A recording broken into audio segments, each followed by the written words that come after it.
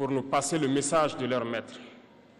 Parce qu'ils avaient créé cette sorte de chaîne polymère qui se relève à la tête de nos États pour les servir.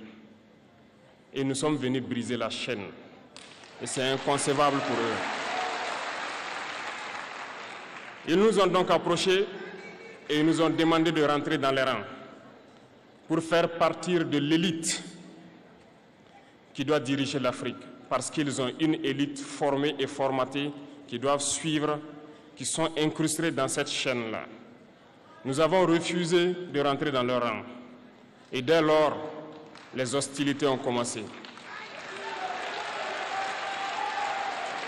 Ils ont fait fourvoyer dans nos zones plusieurs mercenaires, des formateurs. Les agents sont descendus dans le Sahel pour espérer mener des attaques barbares, lâches contre nos populations, espérer les révolter. En plus de ces attaques sur le terrain, les attaques communicationnelles, la manipulation, la désinformation battent son plein dans leur rang. Mais les peuples du Sahel ont compris et plus jamais on ne pourra les manipuler. Ils savent d'où ils viennent, ils savent ce qu'ils font et ils savent où ils partent.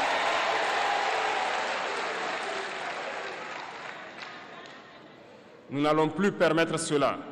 Les gens sont éveillés et les gens se battent aujourd'hui, pas pour nous-mêmes, mais pour les générations à venir.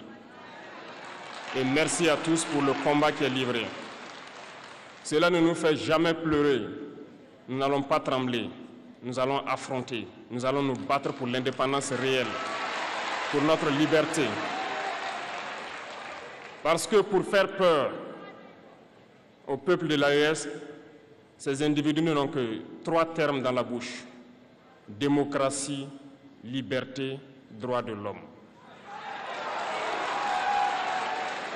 Bien sûr, leurs valets locaux ne sont élus que dans un processus démocratique, libre et transparent selon eux leurs valeurs. Quoi de plus normal qu'on veuille nous imposer cela, parce que c'est eux qui édictent les règles. Très bien, nous avons décidé de nous assumer.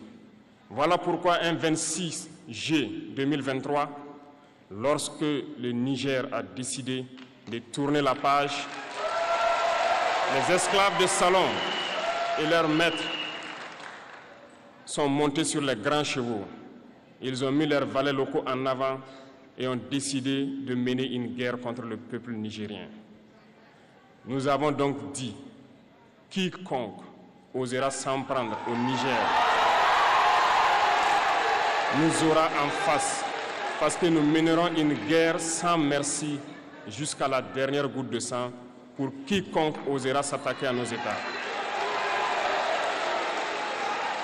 Cette parole, cette décision que nous avons eue hier est d'actualité aujourd'hui et sera d'actualité demain et pour toujours. Ainsi naquit l'AES le 16 septembre 2023 dans une architecture de défense mutuelle. Mais nous avons jugé nécessaire de prolonger et d'agrandir donc l'architecture de l'AES. Ce qui nous rassemble aujourd'hui doit nous permettre d'aller sur d'autres terrains en plus de la défense, notamment les finances et l'économie, les infrastructures, la santé, l'éducation, bref, j'en passe. Je souhaite donc que ces moments soient pour nous une histoire que nous allons écrire pour l'AES, mais surtout pour l'Afrique et pour le monde entier. Que Dieu illumine tout un chacun de nous, que Dieu nous inspire dans ces tâches qui nous sont confiées, et surtout que lorsque nous faisons tous nos travaux, que nous ayons en tête une seule chose, l'intérêt suprême de nos populations.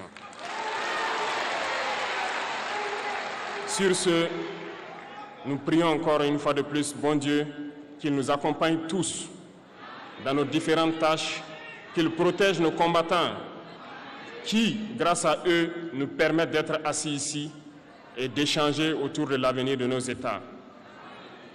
Soyez donc remerciés une fois de plus, peuple nigérien. Soyez unis et solidaires, peuple de l'AES, la patrie ou la mort.